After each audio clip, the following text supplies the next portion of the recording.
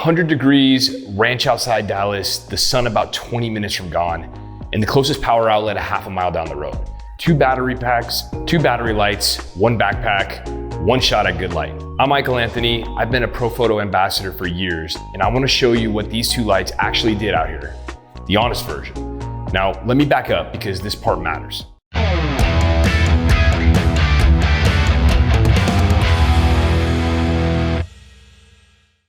Back in 2018, Profoto flew a small group of us up to Alaska to launch a tiny light called the B10.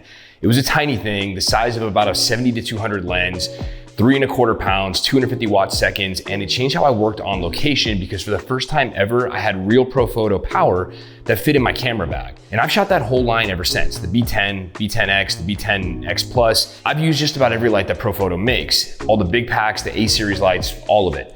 So when these 2 showed up, the B30 and the B20, I wasn't opening a box from a strange camera company. This is the next chapter of a light that I know better than anything else in my kit. That's the lens that I'm reviewing these through today. Now quick on what they are. The B30 is a 500 watt second light and the B20 is a smaller 250 watt second light. Think of the B20 as a direct descendant of the original B10.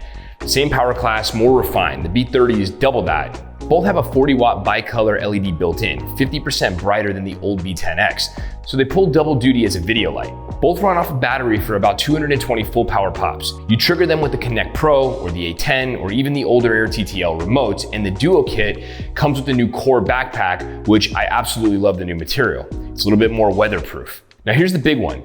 The flash tube is now user replaceable in these lights, which it never was on the original B10. Now I use these in the studio literally every single day now, and that's a non-negotiable for a workhorse light. If you ever popped a tube on a light in the middle of the shoot, you know exactly why that matters. So after using this line for almost 10 years now, here's what I actually love and just a couple of things that I don't. Number one, and this is the whole reason that I stayed on Profoto for over a decade, it's just stupid easy to use.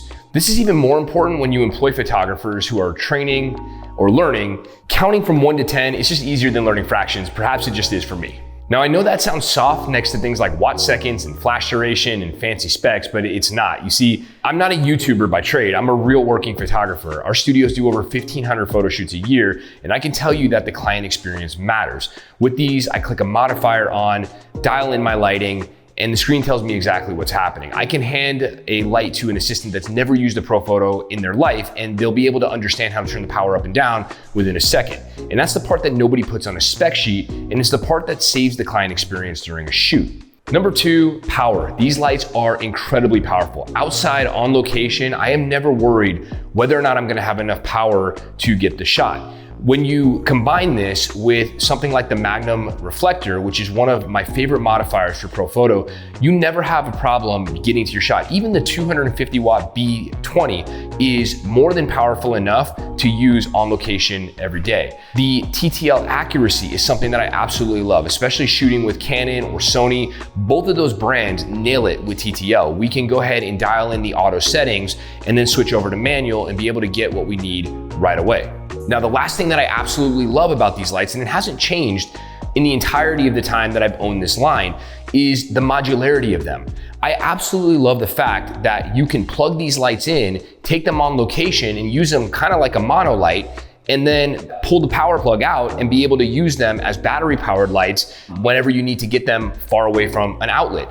And I've been using that for years when I go out and I shoot headshots. We use them currently in the studio, and the way that I use it now is I have a battery plugged into the light, and when I need to swap batteries with the one that's too far away from the outlet, I just change the battery with the one that's plugged in, and I can continue shooting all day long. It never has any problems. Now, the one thing that I absolutely love on this newest model, well, 2 more things that I absolutely love on this newest model.